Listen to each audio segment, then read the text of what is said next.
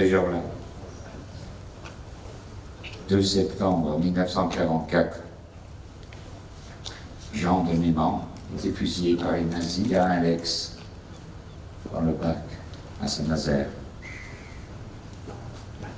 Ce soir, 6 septembre 2024, nous vous accueillons pour rendre un hommage à ce résistant héros de son temps pour notre temps.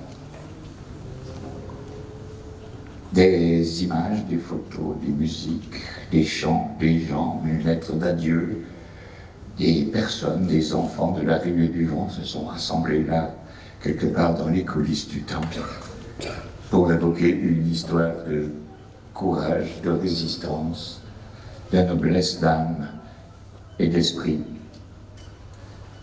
Il s'agit simplement de rendre le plus humble des hommages à un homme, un jeune homme encore de 30 ans,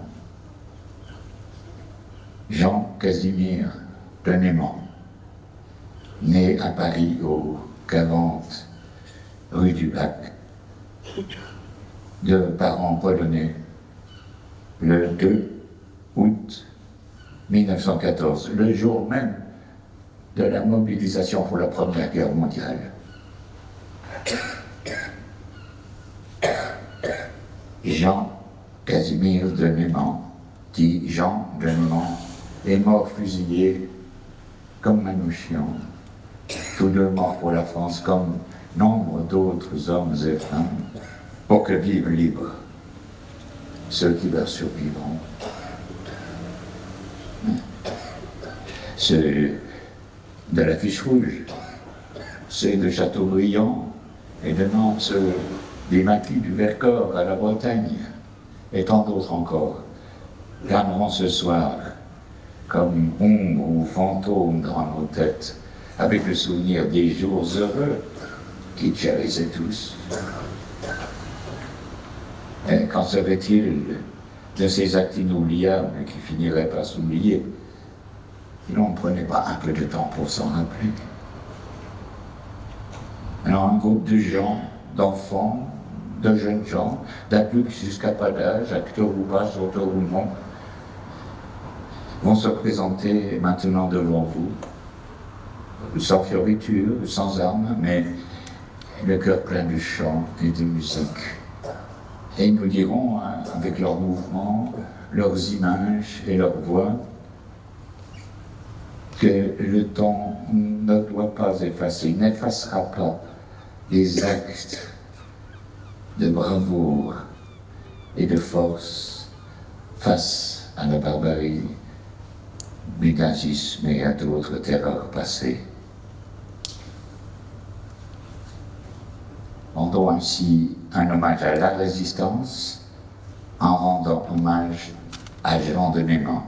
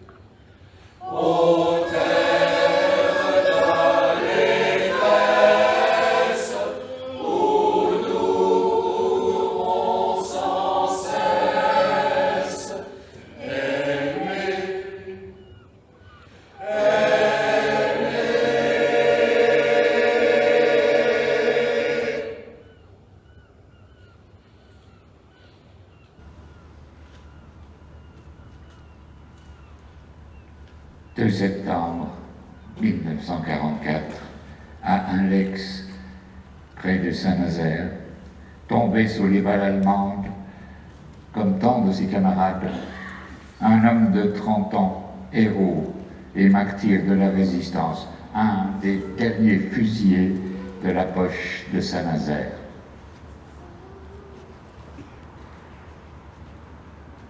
Aussi calme devant la mort qu'il était courageux devant le danger.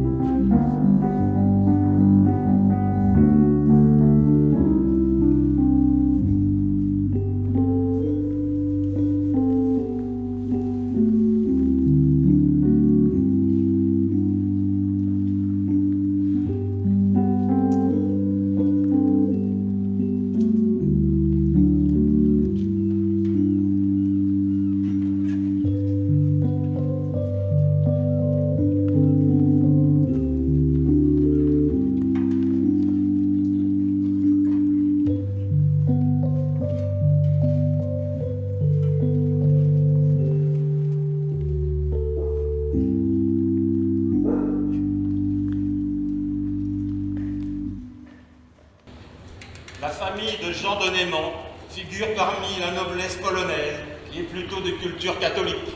Rose, la mère de Jean, était juive, mais elle a tourné le dos à ses origines qu'elle a dissimulées à ses enfants, Jean, Marie et André. Dans la famille de Némant élargie, il n'y a aucun souvenir d'avoir été inquiété pour un statut de juif. En définitive, les parents de Jean, Constantin de Némant et Rose Magistrac étaient athées. Ils seront décorés de la médaille de l'ordre de la Polonia Restituta pour leur activité en faveur des enfants d'émigrés polonais. Né le 2 août 1914, Jean de Némant est un élève brillant, non seulement en physique et en mathématiques, mais aussi en langues étrangères. Il parle couramment allemand et anglais. À la maison, il est aussi très bricoleur. Et à ses moments de loisirs, il répare tous les appareils ménagers. Après son passage au lycée Pasteur à Neuilly-sur-Seine, il obtient en 1932 le deuxième prix de physique au concours général des lycées. Il échoue de justesse au concours de normale supérieure, mais obtient une bourse d'État à la faculté de Strasbourg en 1934. La même année, il s'inscrit au Parti communiste et dans les mouvements antifascistes. Les habitants de la région parlent alsacien, sauf dans la vallée de la Bruche, où l'on parle français. Avec ses camarades, Jean rédige le prolo de la Bruche. Chaque dimanche, il part à vélo pour les vendre. De porte à porte, il fait de la propagande. Il ne rentre que tard le soir, sa lampe électrique sur son vélo. Militant actif, il apporte des colis aux antifascistes emprisonnés en Allemagne. En 1937, il est professeur au lycée à Saint-Étienne. Et en 1938, à 24 ans, agrégé. Mobilisé en 1939, il est affecté, étant très myope, dans un laboratoire à Paris où l'on vérifie la nourriture pour l'armée. Jean est démobilisé à Clermont-Ferrand le 6 août 1940 et est donc rendu à la vie civile. Juste après sa démobilisation, il demande à être réintégré comme professeur, en précisant qu'il souhaite exercer dans les régions de Paris et région parisienne, ou Clermont-Ferrand, Périgueux, Saint-Étienne. D'origine étrangère, il est frappé administrativement par l'article 1 de la loi du 17 juillet 1940. Il précise « Nul ne peut être employé par les administrations de l'État, les départements, communes et établissements publics s'il ne possède la nationalité française à titre originaire comme étant né de père français. » Son père étant de nationalité polonaise, il est directement concerné. Reste à prouver que cela soit la cause qu'il soit fils d'étranger. Son neveu, Jean-Loup de Némant, n'est pas d'accord avec cette théorie, car, dit-il, même sous Vichy, cela n'existait pas. Pour son cas, il semblerait que cela soit Jean qui ait décidé de ne pas servir sous ce gouvernement. C'est ce qui motive, dans un premier temps, en avril 1941, le ministère qui précise en tout cas ne pas le réintégrer. Jean effectue une deuxième demande de réintégration à la rentrée de septembre 1941. Et en accord avec l'inspection générale, il est autorisé à occuper un poste dans l'enseignement privé sur l'année scolaire 41-42.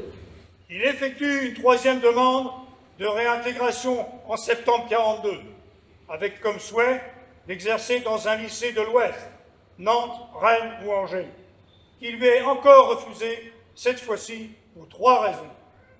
Son origine étrangère, son activité communiste et les suspicions sur son appartenance raciale, tant pour lui-même que pour son ex-femme. Sa sœur, Marie, se présentera au ministère afin de favoriser la réintégration de son frère, ce qu'elle n'obtiendra pas. Il s'exile à la Grande, où il devient professeur dans sa cour privée ici. la raison et la date précise d'arrivée de Jean de Némant à la Baule sont inconnues. Il entre sans hésiter dans la résistance active. et il ne va pas tarder à s'illustrer. Il en devient vite un des principaux animateurs dans la révolution. 2 résistants ayant tiré sur des soldats allemands, la commandanture de Guérande prend 10 otages. Et annonce qu'ils seront fusillés dans le 48 heures. Et les coupables ne se dénoncent pas. Jean aide les 2 résistants à s'enfuir, puis rédige une lettre de menace. Si les otages sont fusillés, le chef de la commandanture sera exécuté, et on tirera sur tout soldat allemand sortant de la ville. Avec une audace inouïe, habillé en soldat allemand, monté sur un vélo allemand, il va lui-même porter la lettre à la commandanture. Il parle parfaitement l'allemand. La stratégie réussit et les otages seront libérés. Ils se sont enfuis dans la nuit pour ne pas aller en Allemagne, quittant leurs parents, leurs amis, se cachant dans la montagne. Et pour mieux servir le pays, ils ont pris le maquis. Ce sont ceux du maquis, ceux de la résistance, ce sont ceux du maquis, combattant pour la France, bravant le froid, bravant la faim, défiant l'horrible esclavage. Bravant la balle, bravant ces chiens, sans jamais perdre courage. Ce sont ceux du maquis, ceux de la résistance. Début juin 1944, Jean Desmond entre dans la clandestinité et constitue une équipe dont le lieu de résidence sera la terre de Joseph Gergaud à Saint-Maur. Joseph Gergaud raconte que le professeur, comme on l'appelait, avait su réparer une vieille horloge paysanne, remplacer le balancier perdu par un manche à balai, et l'horloge fonctionnait. Il pédalait sur un vieux vélo, actionnant un moteur qui fournissait de l'électricité à son poste de radio. Jean, élève très doué et bricoleur, sévissait encore. L'activité du groupe est importante. Coupure de câbles souterrains. Rupture de câbles électriques et téléphoniques. Sabotage de transformateurs. Destruction et désamorçage de mines. Jean, toujours aussi bricoleur, fait des postes de radio avec des moulins à café. Persuasif, il réussit à décider 72 Polonais cantonnés à Mesquer de se joindre au groupe. Le jour où les Américains attaqueraient Saint-Nazaire.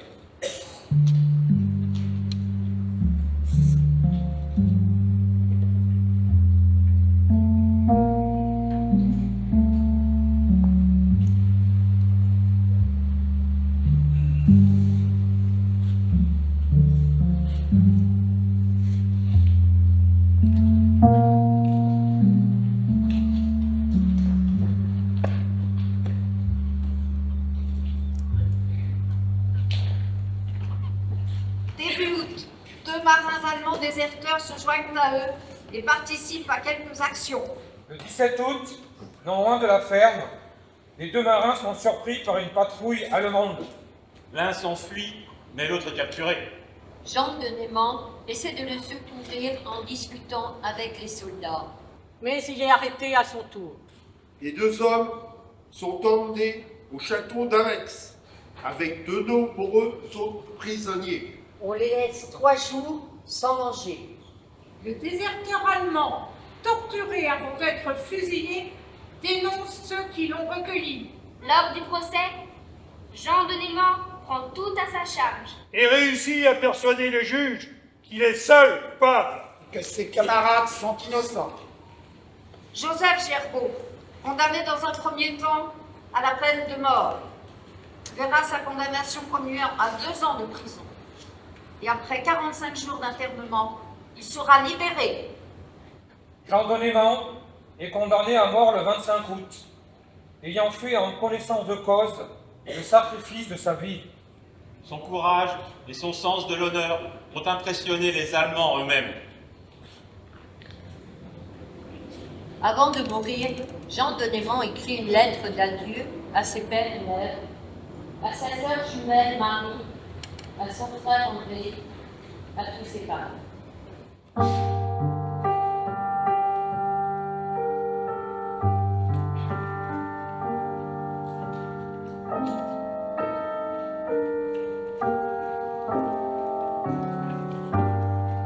Près de la Baule le 2 septembre 1944. Mes chéris, nous voici donc en septembre, au début de la 6e année de ce cauchemar, qui semble heureusement ne plus devoir être bien long à se dissiper. Déjà, pour vous vont disparaître les angoisses de cette sorte de siège par la famine dont Paris souffre depuis si longtemps. Mais je sais que ce n'est rien devant l'immense soulagement moral de penser à la fin de l'infernale époque que nous vivons encore. Et les perspectives d'avenir, encore qu'incertaines, n'en sont pas moins lumineuses. Moi-même, je suis heureux doublement, et pour mon compte personnel, et pour la joie de tant d'êtres qui en sont heureux. Pourtant, à cette atmosphère radieuse, il faut que j'apporte un nuage. Il m'est arrivé ces derniers temps une rencontre fâcheuse qui va retarder peut-être longtemps le plaisir de nous voir. Voici l'histoire en gros, et vous aurez des détails ensuite.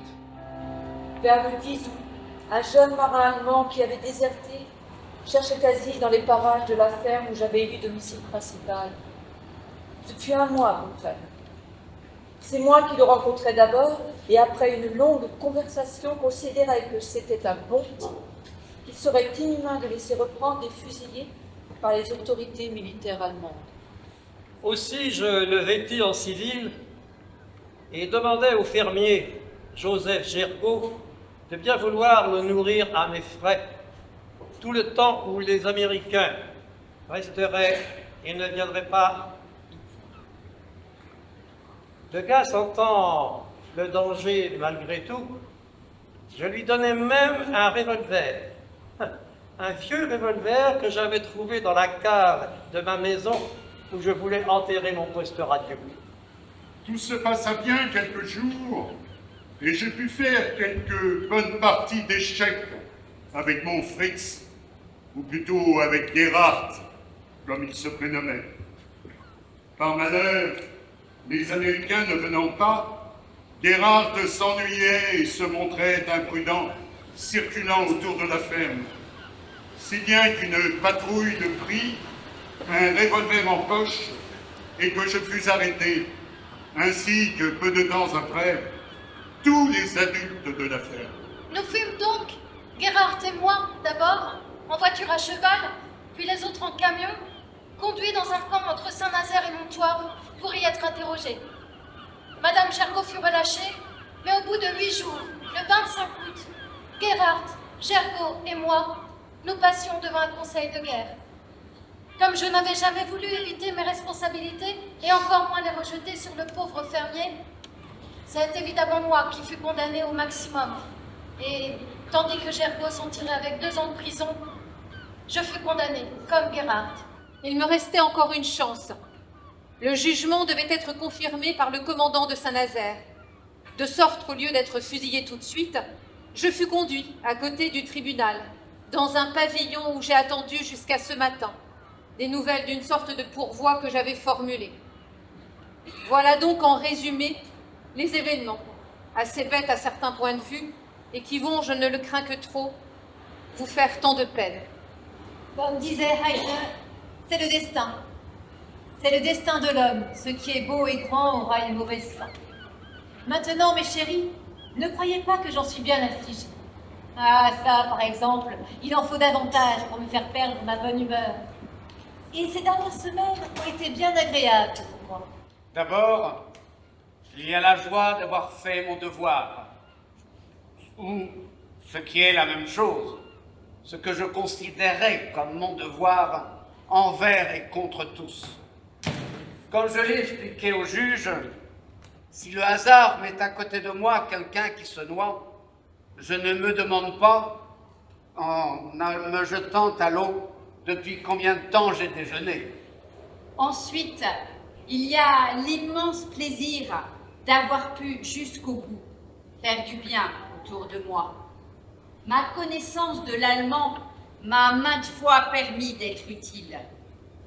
J'ai également pu, et c'est le principal, obtenir à peu près justice pour ceux qui n'avaient rien à voir dans l'affaire.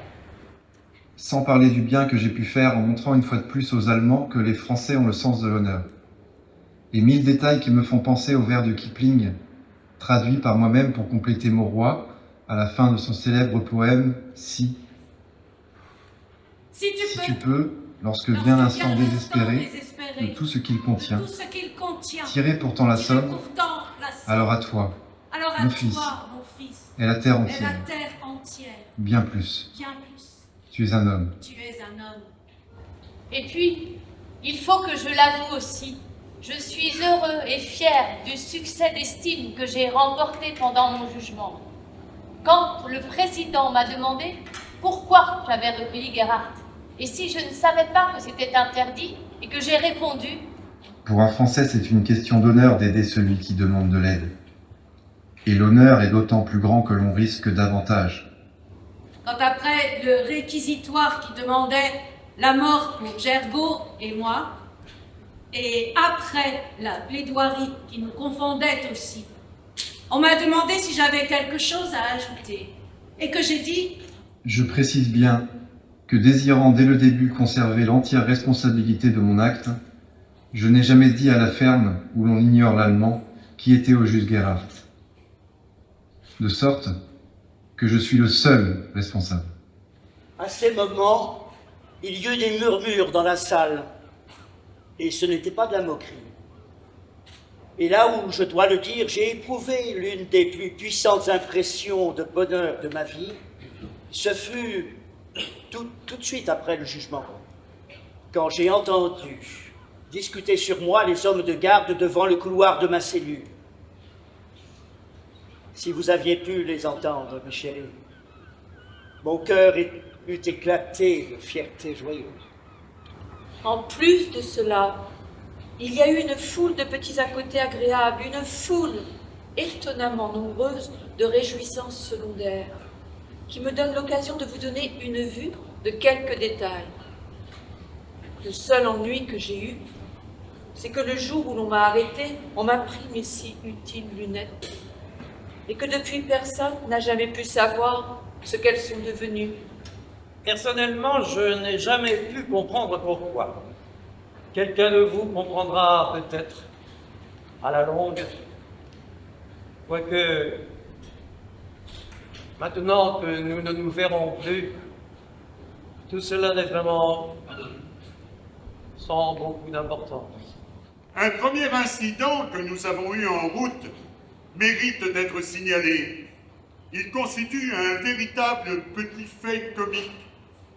Comme nous voyagerions sur notre carriole où nous étions fort discrètement attachés, une carriole tirée par mon excellent cheval, vers une destination hélas bien triste, un passant qui venait à pied du travail nous demanda naïvement « Il n'y a pas une petite place pour moi ?» Je n'avais pas ri avant, mais à partir de ce moment, je perdis toute mauvaise humeur ou dépit de mon arrestation. Et depuis, j'ai toujours eu des occasions agréables ou divertissantes. Ainsi, avec cet échiquier que j'ai pu construire à partir d'une planche que l'on m'avait prêtée. Fallait voir ce jeu fait de fils de fer et de bois, signé Jean, reconnaissable à 100 mètres.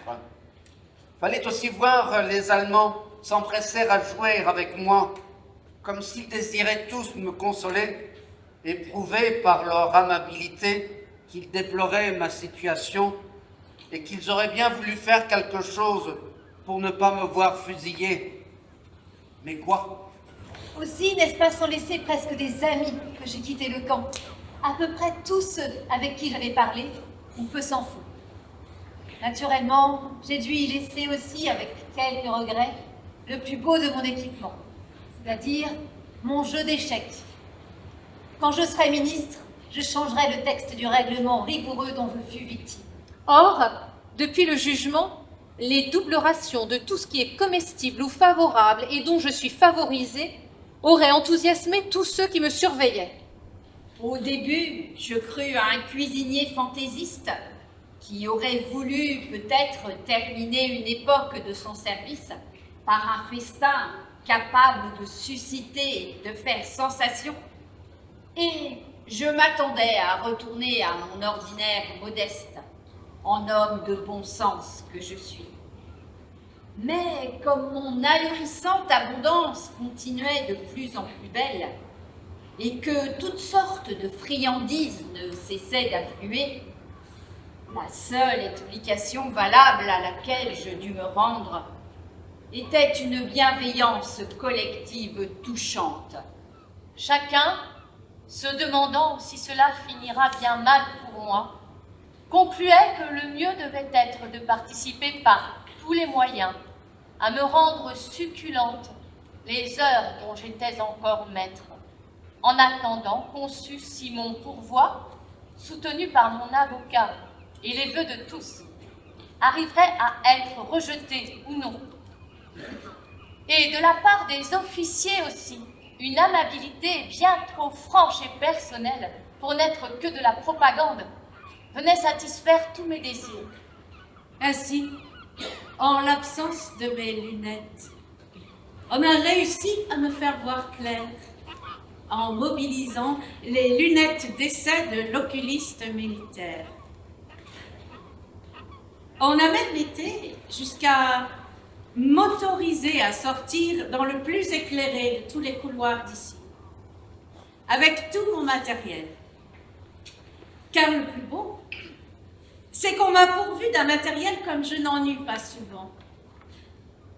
Table, sous-main, papier à volonté, crayon, gomme, règles, couteau, et tout pour Jean, comme disait ma petite sœur dans le temps. Et par-dessus le marché, l'autorisation de travailler à tout ce que je voulais laisser après moi et qui me paraît pouvoir être utile aux générations futures, pour parler modestement. C'est ainsi qu'en plus de cette lettre, vous récupérerez de moi presque un volume de remarques et réflexions plus ou moins scientifiques et pédagogiques. J'espère qu'elles intéresseront papa et peut-être un professeur curieux de point de vue non classique. Je m'en vais donc disparaître.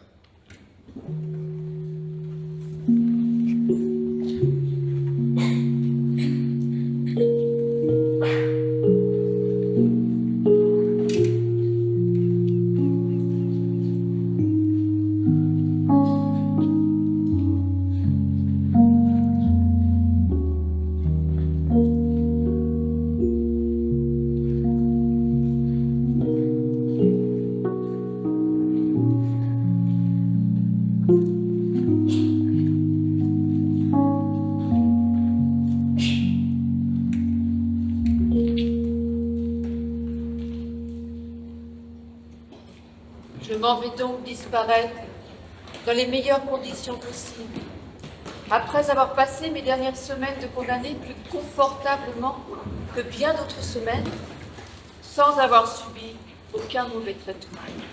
Après avoir eu la chance de voir le sinistre tableau du monde de 1939 remplacé par les claires perspectives de 1944, et la nouvelle chance que ma condamnation me laisse le droit de penser que je ne suis pas complètement étranger à cela. Après avoir dégusté l'amusante et flatteuse ironie du sort, qui fait de moi l'un des derniers fusillés français de cette guerre, avec l'agréable sensation d'avoir laissé par écrit le meilleur de moi-même, en plus de ce que j'ai pu laisser comme influence durable dans la vie de tous ceux que j'ai connus.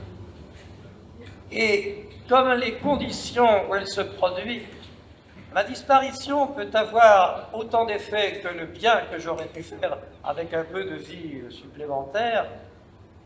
Mon seul regret est le chagrin qu'elle ne peut, hélas, manqué de vous causer. Ainsi, si vous voulez me faire rétrospectivement plaisir, ne soyez pas trop malheureux.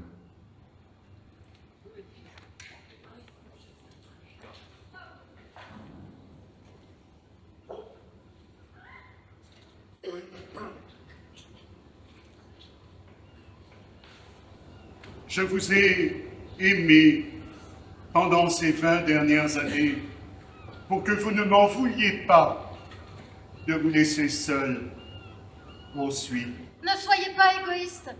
Vivez pour continuer à faire progresser le monde comme vous-même m'avez appris à le faire. J'ai conscience, encore plus aujourd'hui, combien tout ce que j'ai fait est au fond votre œuvre. Et je vous prie de faire quelqu'un de bien de chacun de vos petits-enfants, actuels et futurs, car je compte sur vous pour que les enfants à naître soient dépourvus de toute illusion religieuse que moi, et que ce soit en pleine conscience qu'ils sachent faire leur devoir d'homme. À propos d'enfants, et si vous le pouvez, intéressez-vous au second fils de Gergo, un bébé de 5 ans, mais qui a du bon. Vous me ferez plaisir en le faisant. C'est une dette de reconnaissance. Vous pourrez avoir chez lui divers objets m'appartenant. Voici son adresse. Quai Michel en Saint-Molf, par Guérand, Loire-Inférieure. En vous embrassant, mes chéris, je vous écris la conclusion de ma vie. Entre les deux morales célèbres, il n'est pas besoin d'espérer pour entreprendre, ni de réussir pour persévérer, et toute sagesse humaine tient dans 2 mots, attendre et espérer. Il y a de la place pour ma synthèse. Tout le bonheur de l'homme tient dans ce devoir, agir et espérer. Jean.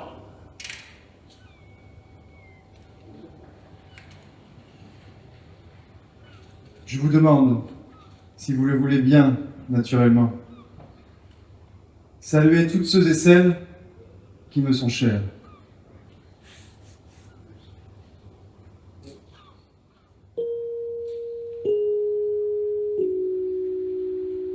Vous n'avez réclamé la gloire, ni les larmes, ni l'orgue, ni la prière aux agonisants. 11 ans déjà, que cela passe vite, 11 ans, vous vous étiez servi simplement de vos armes. La mort n'éblouit pas les yeux des partisans. Vous aviez vos portraits sur les murs de nos villes, noirs de barbe et de nuit, hirsutes menaçants. L'affiche qui semblait une tache de sang, parce qu'à prononcer vos noms sont difficiles. Ils cherchaient un effet de peur sur les passants. Nul ne semblait vous voir français de préférence. Les gens allaient sans yeux pour vous le jour durant. Mais à l'heure du couvre-feu, des doigts errants avaient écrit sous vos photos « Mort pour la France ». Et les morts de matin en étaient différents. Tout avait la couleur uniforme du givre. À la fin février, pour vos derniers moments. Et c'est alors que l'un de vous dit calmement: bonheur à tous, bonheur à ceux qui vont survivre. Je meurs sans haine en moi pour le peuple allemand. Adieu la peine et le plaisir, adieu les roses, adieu la vie, adieu la lumière et le vent. Marie-toi, sois heureuse et pense à moi souvent, toi qui vas demeurer dans la beauté des choses, quand tout sera fini plus tard en dérivant.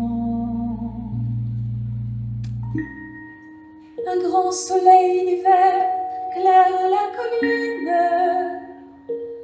que la nature est belle et que le cœur me fend. La justice viendra sur nos pas triomphants, ma Mélinée, ô mon amour, mon orpheline. Et je te dis de vivre et d'avoir un enfant.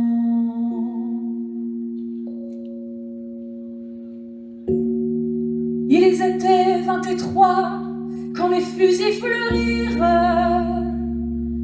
23 qui donnaient leur cœur avant le temps,